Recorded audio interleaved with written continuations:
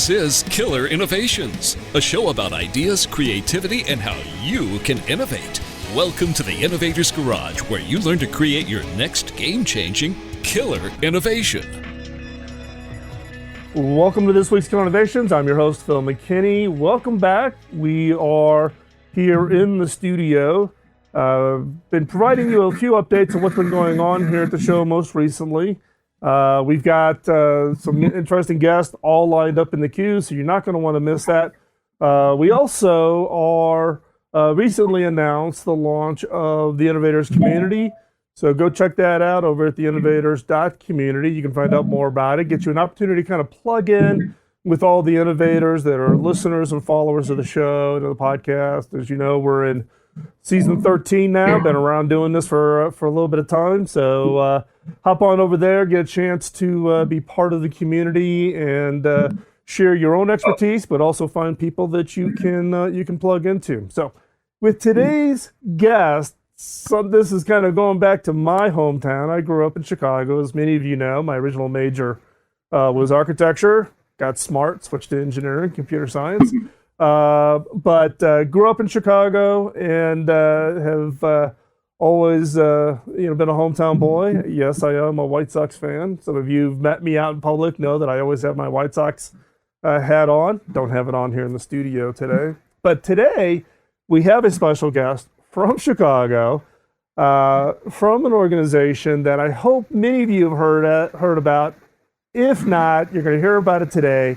And this is an organization and what they do to not only entertain, but also help unlock that personal creativity that we all have. So let me bring in Kelly Leonard. Kelly's the executive director of at Second City. Now, for those of you who don't know what Second City is, I think of Second City, and Kelly's going to correct me with everything that's been going on with Second City here most recently, is really the improv group that we have seen many of the most famous entertainers out there come through, including, John Belushi and others. And it really is an amazing experience to go to a Second City event and a live performance and watch what's going on. So, Kelly, thanks for taking the time out of your calendar to join us here on the show. Hey, thanks for having me. So let's give a little bit of context. I'm not sure all the listeners, particularly given that we have a fairly large international audience, about what is Second City? So the Second City opened its doors in 1959, and we were not only the first off-loop theater, so like what off-Broadway is in New York, but we created this new art form which used improvisation to create sketch comedy. And we were immediately successful. So some of those early casts include people like Mike Nichols, Elaine May, Alan Arkin, Joan Rivers, Robert Klein, Fred Willard. So it really started huge. And then that kept going. So other alums like Bill Murray, and you mentioned John Belushi and Gilda Radner and John Candy, and then most recently people like Tina Fey, Stephen Colbert, Steve Carell, Keegan Michael Key. So we're most known for being a home for improv-based sketch comedy and producing huge stars for decade after decade. But two other things have been going on that whole time. One, we've had a school. We teach people improvisation, and not just to get them on Saturday Night Live. A lot of people use these skills at home and in their jobs. And then we also have a corporate division called Second City Works. And this is probably our biggest division. And we get brought into, we do about 400 engagements a year.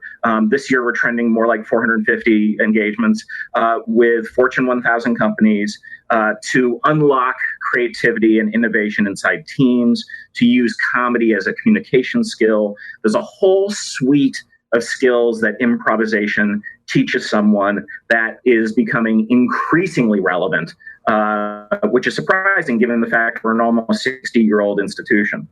Yeah, well, I think that, in fact, I went back. There was a blog post that I wrote, it's got to be 5 years old, I'm guessing, talking about the role of improv in unlocking your own personal creativity. So is that what Second City Works does, is trying to help people kind of find that I don't know what you want to call it, that internal spark, I guess?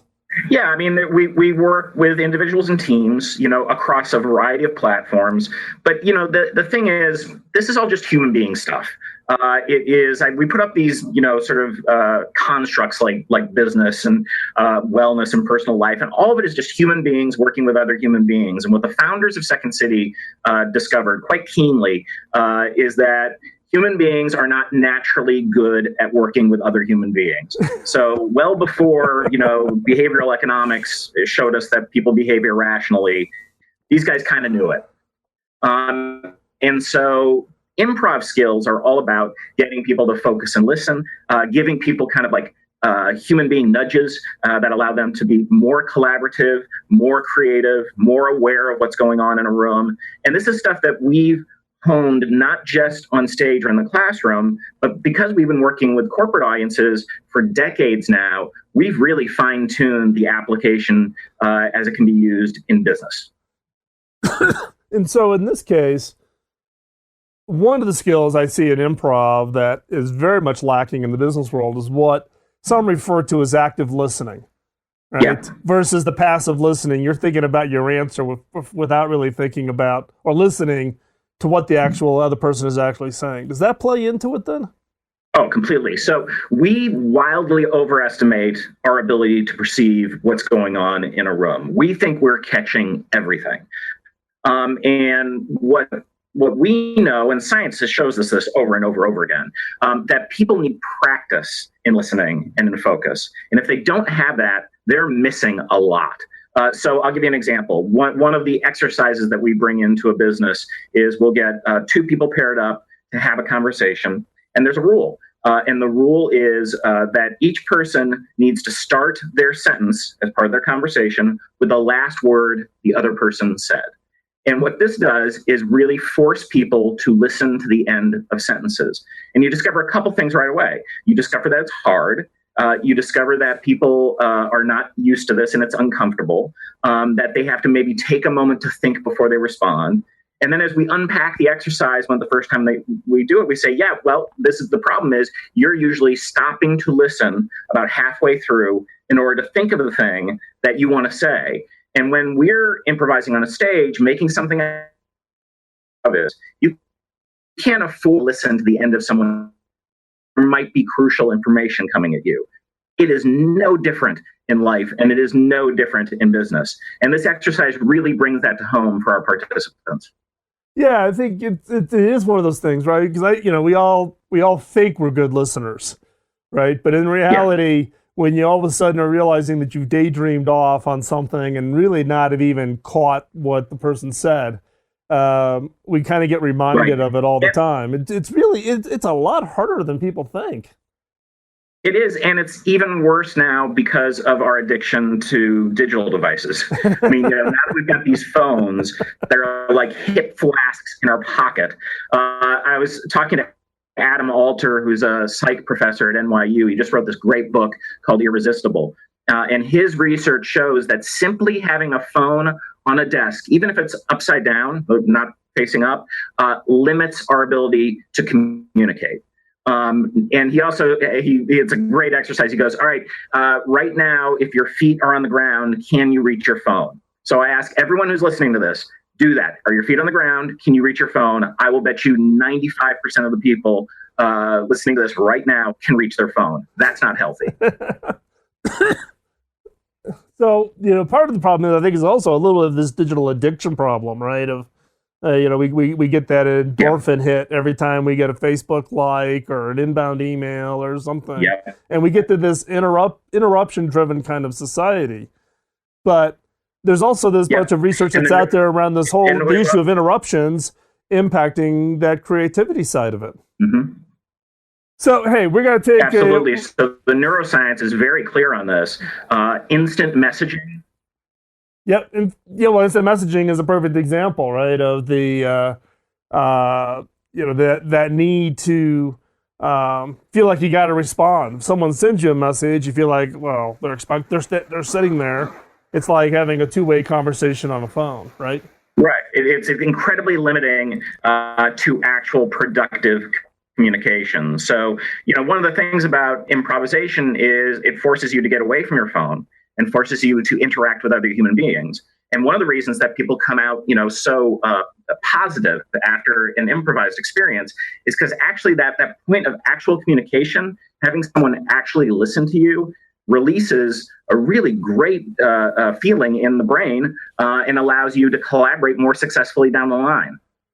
So we're gonna continue this conversation with Kelly and Leonard. We're gonna take this quick, short commercial break. When we come back, we're gonna pick up our conversation around Kelly, his work at Second City, improvisation, and the role and impact that it can have on your creativity and innovation. So don't go anywhere. We're gonna be right back after this quick commercial break. You're listening to Killer Innovations on the Biz Talk Radio Network, and you can get all the show notes over at killerinnovations.com.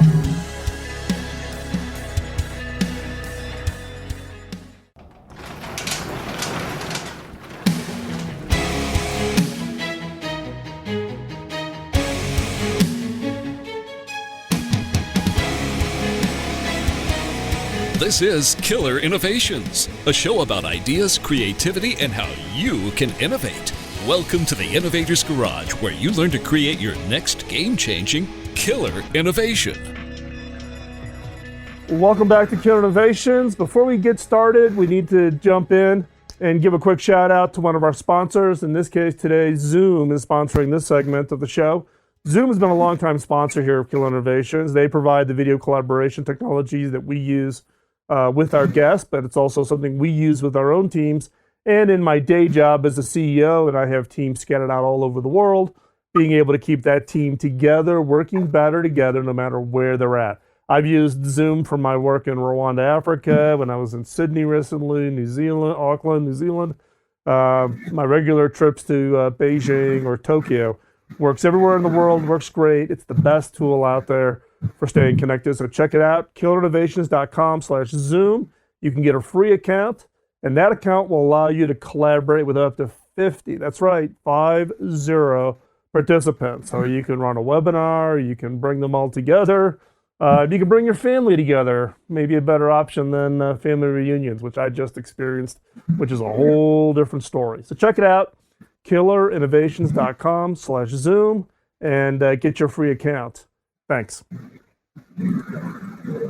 So, Kelly, let's pick up our conversation. We were talking about Second City Works and what you do with the corporate world with regards to that training. But how does this play into your work that you're doing over at the University of Chicago Booth School with regards to the behavioral science around improv? Is that tied in? Is this kind of the insight that you're getting from the works kind of leading that to really kind of digging into why it works?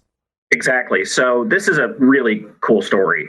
You guys might have heard about 2 years ago, the Second City office complex caught on fire. And it was a really bad fire. They saved the theaters, but most of our offices were completely destroyed. And at this point, this is when I was switching over from running all of Second City and all our theaters to doing more of the work in the corporate sector and innovating new stuff. So I'm like stuck in this terrible temporary office with like 6 other people. And we have this theory in our work that a lot of creativity comes out of discomfort. So a lot of improvisation is really making you comfortable being uncomfortable. And I was very uncomfortable at this point and looking for a new project. And I had been reading books on negotiation skill. And a lot of them mention the importance of improvisation when you're negotiating, but none of them went deeper. So I did a Google search for academics in Chicago teaching negotiation. Found a bunch, took a bunch of meetings, one of which was at the University of Chicago with a fellow named Eugene Caruso. He invited his wife, Heather, who runs the Center for Decision Research at Chicago Booth. She's a behavioral scientist. And as I'm giving my rap on improv, right, I'm talking about all the power of improv, they're smiling back at me. And Heather says to me, Kelly, we have decades and decades of research that show that people make bad choices for themselves, just on everyday decisions. You have a practice and an art form that allows people to make different and better choices. Those two things have never been put together. So that's what we did. We ended up collaborating with the Center at Chicago Booth, one of the most prestigious business schools in the world. and we're studying behavioral science through the lens of improvisation. So we're basically now getting data and putting existing research to the kinds of robust executive workshops that we lead, but also we're doing this in the classroom. We are doing research projects with like 200 students to test out things like does creativity come from discomfort? And so far, that's proven true. So what are some of the experiments? Are you doing experimental work in this area, collecting up other research studies and trying to find the correlation? What are the insights that you've come up with from some of the engagements you've had there at UFC? Well, sure. So, one of them was a classroom experiment where we took 200 students and we taught them all the same give and take focus exercise. So it was really a silent exercise that was, you were instructed to be able to silently take focus from someone and give it back. Half the group was just given that instruction. The other half were told that if it feels uncomfortable, that means it's working. And when we got the results back from this experiment, we realized that the people who were told that if it's uncomfortable, it's working, held focus longer and were more successful at giving focus, like dramatically better. Wow. And now we're going to run another 200 people through that experiment. So that's an example of the kind of, insights that we're getting inside the classroom. Now, on the other hand, what we're also doing is taking existing behavioral science. So we talked about earlier the idea of perceiving other people and what their thinking is going on in a room. There's a piece of science called self-verification theory, which was new to us. I didn't know about it. And really what this science says is that most people don't necessarily want to be seen as their best selves, their most attractive, their smartest, which is kind of what I thought. No, most people want to be seen as they see themselves. So for an example, if I'm clumsy, it's important that you see me as clumsy, so you don't throw me a ball. But I'm not like saying this to you, right? It's a sort of an unconscious thing. So what we've done is sort of recognize, oh, that's an interesting twist on something that we kind of knew a little bit, but there's a nuance here. So then we take our improv exercises and tailor it to that understanding. So when we're teaching executives, you're not just getting taught improv stuff to make you more agile, you're also getting the science behind it and you're experiencing it. So that's creating this really, really robust learning that's got smart knowledge and doing. And then you have to share it. And this is the way we learn best. When we learn something, we do it and we share it. That's how we learn most deeply. It's interesting because in the case of you telling, half the students that if they're uncomfortable that it's working, it's almost like this permission thing, right? You have permission to be uncomfortable versus if I'm uncomfortable, that means something's wrong. So therefore I need to do something to no longer be uncomfortable. Exactly. Yeah, you nailed it. And this is important because I was just saying to a colleague this morning that I host a podcast myself and I interview all these people who write business books and all these academics. And the same thing comes up over and over and over again, which is we are our worst enemy. Our being afraid of not looking good, ourselves not giving ourselves permission to take chances, all of that stuff is what gets in the way of innovation. So if you can break down the fear, you have done a lot of the work already, but then there's more. And this idea of giving yourself permission to feel awkward and uncomfortable, to recognize that you're going to fail the bulk of the time, not just like some of the time. Most of us are failing all the time. I always use this analogy, right? If it's a baseball context, right? If you are a 300 hitter, you are doing great and you're failing 70% of the time. Exactly. And it's it's what we tell in the innovation game in Silicon Valley that, you are top of your class if you get 1 out of 10. Your innovations into the marketplace. You're beating everybody else in the marketplace by a significant percentage. So we're going to step away. We're going to take another quick commercial break. When we come back, we're going to pick up our conversation here with Kelly Leonard from Second City, learn more about what that role of improv is. And I've asked Kelly to kind of prepare for that last segment where he's going to share a couple of things that you can actually apply today in your day-to-day work in improving your own ability to be more creative, more confident, and more willing to take risks. So don't go anywhere. We'll be right back after this quick commercial break. You're listening to Killer Innovations.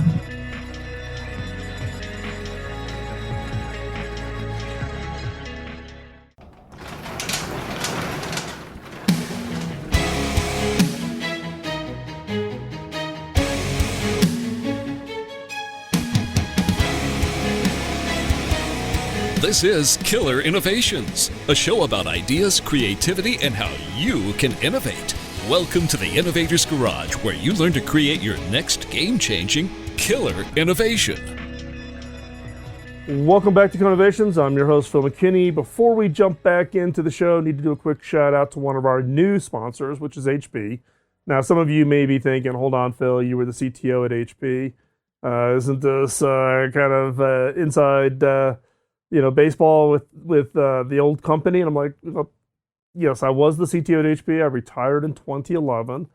But the partnership with HP is more than just about a normal sponsorship. It's about their support for the role that we're doing with Hacking Autism. Now, I started Hacking Autism when I was actually at HP. It was a corporate program, and then they encouraged me actually to take it outside and take it with me. And Hacking Autism is a program whereby we work on technologies for those on the autism spectrum, but we also look at employment opportunities. Those that have an autism diagnosis have an 81, that's right, 81% unemployment rate. And I'm a big believer that you actually, when you're hiring process, you should look for neurodiversity.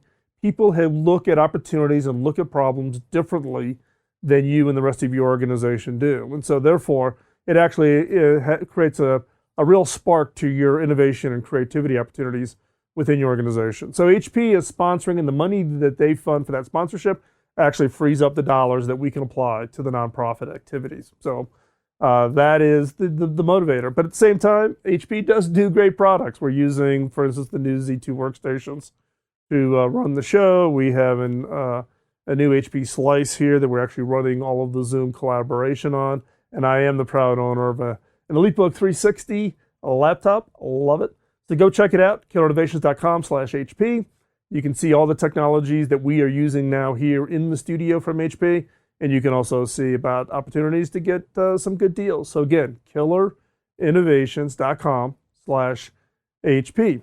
And with that, let's continue on in our conversation with Kelly Leonard, Executive Director over at Second City. Now, Kelly, as we were talking earlier, you've got Second City Works. You work with a lot of clients. I do work with a lot of clients, do a lot of coaching and mentoring, and I run this thing called an Innovation Bootcamp course. But it's always fun when you engage with these clients because you always get little different insights, little different set of stories. So share some of the stories from Second City Works and some of the interesting clients that you guys have been able to take what you do at Second City and apply it to the business world. Sure. Well, we're both baseball fans. You know, you're a White Sox fan. I'm a Cubs fan. We're not going to get into that. But a couple of decades ago, we got a call from Major League Baseball. And they have a program that they'd run for years with high potential rookies. And what was happening is they bring in psychologists to kind of talk to the rookies and put them through some sessions. And at this point, the rookies were not responding. They were not relating. There was a lot of, multiculturalism at work here. And they just weren't responding to these sort of like 50-year-old white guys in suits. And they said, you guys do some of this kind of work. And so we came in to work with all these high potential rookies on things like, how do you have a conversation with the press? How do you deal with relatives who want money? What are ways you can use improvisation to kind of pivot and be a better teammate? And we've done this now for decades. So, and it's great fun. You also get to work with these guys who then become superstars. So it's interesting because you don't think about it being applied. You think about it from the standpoint of innovation and creativity and having it applied along those lines. You don't think about it being applied to dealing with family members who are asking you for money. Oh, absolutely. Well, this is the problem, right? I mean, we talked earlier about discomfort, right? That's an uncomfortable conversation, very which uncomfortable. You can immediately relate to. Yeah, very uncomfortable. So, what you want to do is give these individuals, and this is what we do in our work, a sense of agency, that they have some power in the situation, but that sometimes it's not just a no, sometimes it's a workaround. You've got to have the skill and ability to hear what's really being asked of you. Because here's the other thing, that people don't always come on straight away and say, hey, can you give me money? They're going to find ways of talking around that. You need to have the skills to be able to deflect that. So it's not, Second City, most of our work is very pro-social, very positive, but also some of it is about getting out of these really sort of corners that we get backed into. When you're in a bad improv scene, right, the thing you need to do is to find a way to get out of it. And believe me, we've been through a lot of bad improv scenes. Well, that's a good point. It's a good way to, I guess, position it, right? Is how do you get out of it? So, what are some other examples of where improv work gets applied Sure. into the corporate world, business world? So here's a bad improv scene that we were a part of. We got a call in the box office from a concierge at the Four Seasons saying that a celebrity guest who wanted to come to the show, and the person who took the phone call didn't follow protocol, put them in, the sort of side theater. And had we known that the opera diva Renee Fleming was coming to the show, we would not have put her in the production that was illegally sampling her voice. So Renee sits through an entire show where we're illegally using her material. But who knew? This opera diva is a bit of an improviser herself. And we met the next day, and she said, this actually sparked an idea because part of my job, and she was a consultant at Lyric Opera here in Chicago, part of her job was to find younger audiences and find new collaborations. And so we embarked on this multi-year relationship with Lyric Opera where, yes, we created a theatrical production together, which was totally cool.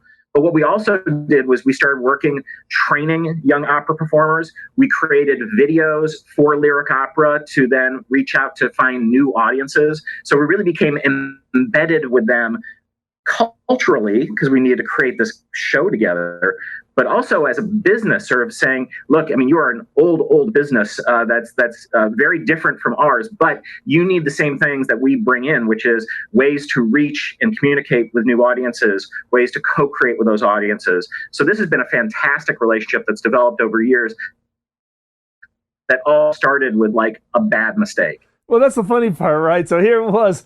Someone in your box office mishandles the inbound from the concierge, and it turns into this unbelievable long-term collaboration. Quite funny. So in general, can you summarize just some of the findings? Probably the common couple that you see with corporations that you run into. It sounds like the comfort thing is a common theme for what you come across, which holds people back. Yeah. So, people aren't listening. So we find that out. Also, people are prone to say no all the time. So we have to kind of teach them to not do that. We find that people are risk adverse. And that becomes kind of a top-down thing, right? Because a lot of people talk about wanting their employees to risk, but then if their bosses aren't supporting that or giving them language that encourages them to do that, so it works both ways. And this is the other thing about the communication we find, which is that people always think it's a one-way street, and it's never a one-way street. Someone is not listening, and someone is not being clear in their communication. So I often say this, if the only thing we did at Second City is teach you to communicate 2% better, we will have changed the world. That is so much the case, right? Yeah. Because you have to take responsibility that the person understands what you say. You just can't put it all on their shoulders to say they didn't listen either, right? Yeah, and that's the thing about being others focused. If you come from a place where your job is not to think of yourself, but think of the other person, you're going to be way better off. And while we say that, everything in ourselves, and the science shows us this, is built around thinking of ourselves. Our brains are wired to be concerned with our own well-being. I just spoke to a neuroscientist who said, we've been running from lions and tigers a lot longer than we've been running to get to the bus. And so if you understand that the way you're wired is to normally sort of just think about yourself, but instead you fight that and you figure out a way, a technique, a practice, that's what we bring in, these practices, to get you to focus on the person in front of you and the other people in the room, your success ratio is going to go up, way up. Perfect. So we're going to take another quick commercial break here. When we come back, I've asked Kelly to come back with a couple of things that you, the listener, can apply from improv to improve your success, your willingness to take risk, your ability to use improv. So Don't go anywhere. You're going to want to listen in as we rejoin Kelly after this commercial break, and he gives us a few tips that we can apply right away to our day-to-day lives. Listening being the one that I have to do a better job at. So don't go anywhere. Check out the show notes over at killinnovations.com. You get all your links. We'll have all the links to Kelly and his work. But you're listening to Kill Innovations on the BizTalk Radio Network.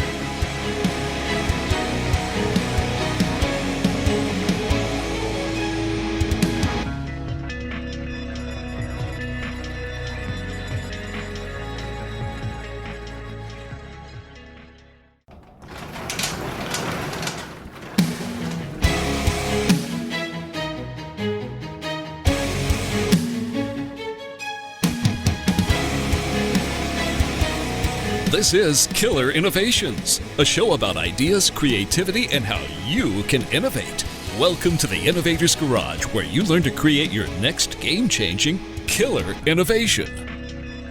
Welcome back to Killer Innovations. I'm your host, Phil McKinney. We're continuing our conversation here with Kelly Leonard from Second City. So, Kelly, before we went to the break, I challenged you to come back with a couple of words of advice, sage perspective from what you've learned. So, have at it. What can we apply as listeners today from the work that you've been doing at Second City?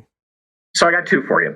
So the first is this idea of yes and. So in improvisation, what we've learned is the one way that you can absolutely not innovate is by saying no. So when you have a brainstorming meeting, your next meeting that you've got, the rule that you give everyone is that they can't, for the first, let's say 10 minutes. For the first 10 minutes, everyone has to say yes and to every idea in the room, which means they have to acknowledge that they've heard the idea, here's the yes, and they need to build on that idea, even if that idea seems crazy. Because I will tell you, in my nearly 30 years at Second City, and I've seen all the great comedy that's come on our stage, the absolute best material seemed insane when it first came up. And I will bet you that is true for most innovators in business as well. So that's the first one. I'm going to give you a second one. We talked about the listening and collaboration and all that. Here's a thing that you can do both at work and at home. So this is a parenting tip and a work tip.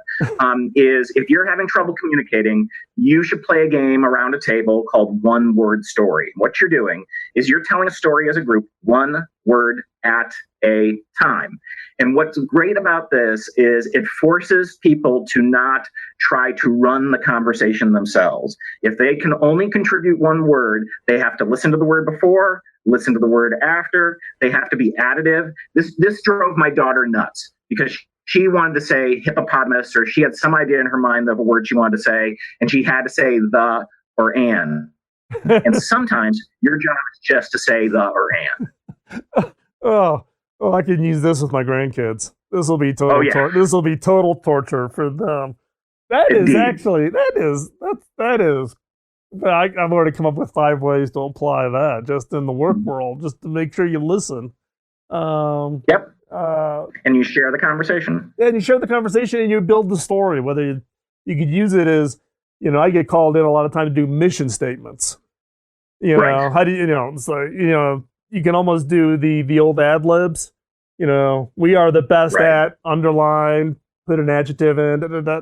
Versus doing, actually, this could be an interesting use of an exercise here that I haven't tried before. I got my value out of this already. Yeah. I know how I'm going to do my next session on helping someone create a mission statement using this approach. Hey, Kelly, if people want to follow what you and Second City Works are up to, where can they find information on you? So there's a bunch of places. Obviously, our website, secondcity.com. I'm on Twitter at KL Second City.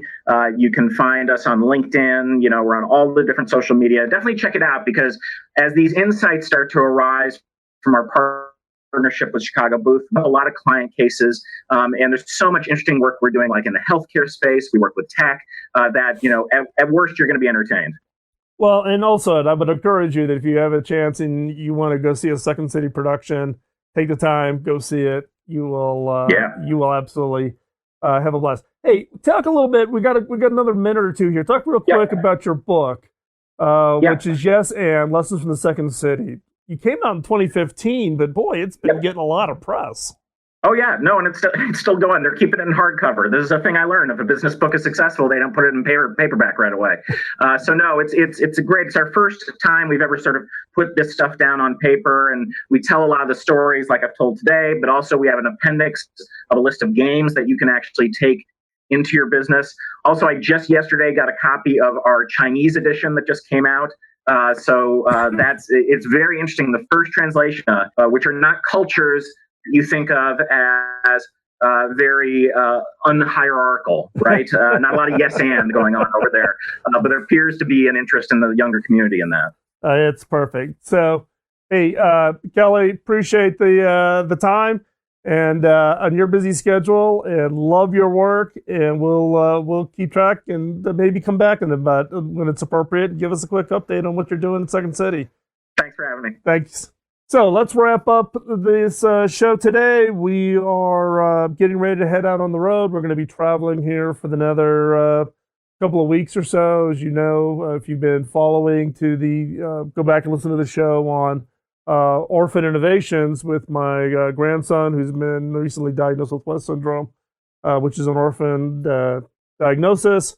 And I've had to learn about the orphan drug situation. So you can go back, listen to that show. Many of you have sent us emails on that. I greatly appreciate the support and the encouragement and ideas and links to other articles. So we actually will be in Florida. I will be doing the show from Florida. So don't worry. All the shows will be continuing from there.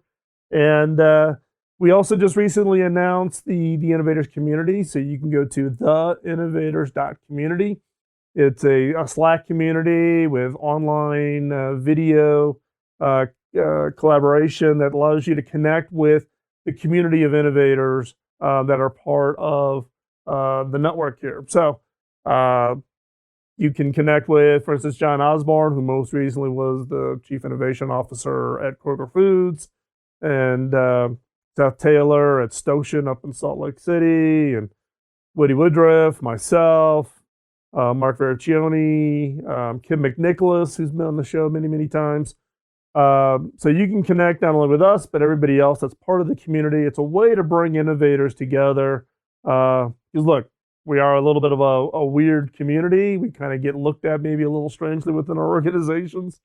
So this is an opportunity for all of us to come together, support each other, share our advice and share our expertise, but also ask for advice and ask for expertise. So check it out, theinnovators.community. You can get all the information over there and join in. I am engaged on that every day, if not every hour. So it's a great opportunity, and it's the way for us to connect. So with that, we're going to wrap up today's show and check out all of the archive back to 2005. I'd also encourage you to go check out Kim McNicholas's show. It's now available pretty broadly. We've been ramping up its reach. She broadcasts over her radio shows over on KDOW in Silicon Valley. You don't want to miss it. Some great content on Kim's show, so find it over wherever you find your favorite podcast. And with that, thank you for taking the time out of your busy schedule. I know it takes few minutes to listen to this. Appreciate it. Give us your feedback. Bill@innovations.com. With that, we're going to talk to you next week. And don't let the innovation antibodies get you down.